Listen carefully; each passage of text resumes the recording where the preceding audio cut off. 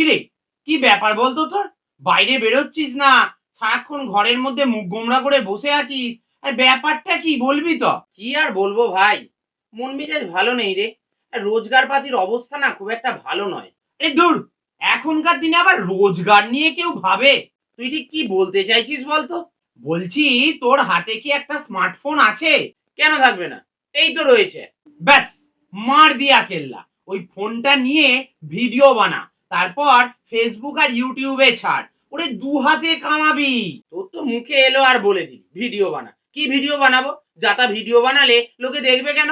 আমার কথা শোন, তুই না কমেডি ভিডিও বানা। কমেডি ভিডিও লোকে দেখে, তুইও তাড়াতাড়ি ভাইরাল হয়ে যেতে পারবি। আরে বাবা, ভিডিও তো বানাবো, কিন্তু রোজ রোজ টপিক পাবো কোথায়? আরে এটা তো আরো সহজ। তুই খবরের কাগজ পড়, খবরের চ্যানেল দেখ, তুই রোজ টপিক পেয়ে যাবি। খবরের চ্যানেলে কমেডির টপিক? আরে হ্যাঁ রে বাবা, রাজনৈতিক নেতারা যেখানে থাকে সেটাই তো কমেডির আঁতুর ঘর। তার মানে তুই বলতে চাইছিস আমি রাজনৈতিক নেতাদের নিয়ে কমেডি ভিডিও বানাবো? 100 বার। মানে তুই চাইছিস আমি জেলে পচে মরি? এ বাবা, কেন জেলে পচে মরবি? রাজনৈতিক নেতাদের নিয়ে ভিডিও বানালে তারা আমায় ছেড়ে দেবে। আচ্ছা, তুই আমায় একটা কথা বলতো, রাজনৈতিক নেতারা কি ভুলভাল বকে না? তা বকে বটে, কিন্তু আমাদের কাজ হবে ওইসব ভুলভাল বক্তব্য শুনেও হাততালি দেওয়া, তাদের নিয়ে বিদ্রুপ করা নয়। তোর মাথা আর আমার মুন্ডু। শোন, ওরা এইসব ভুলভাল কেন বকে জানিস?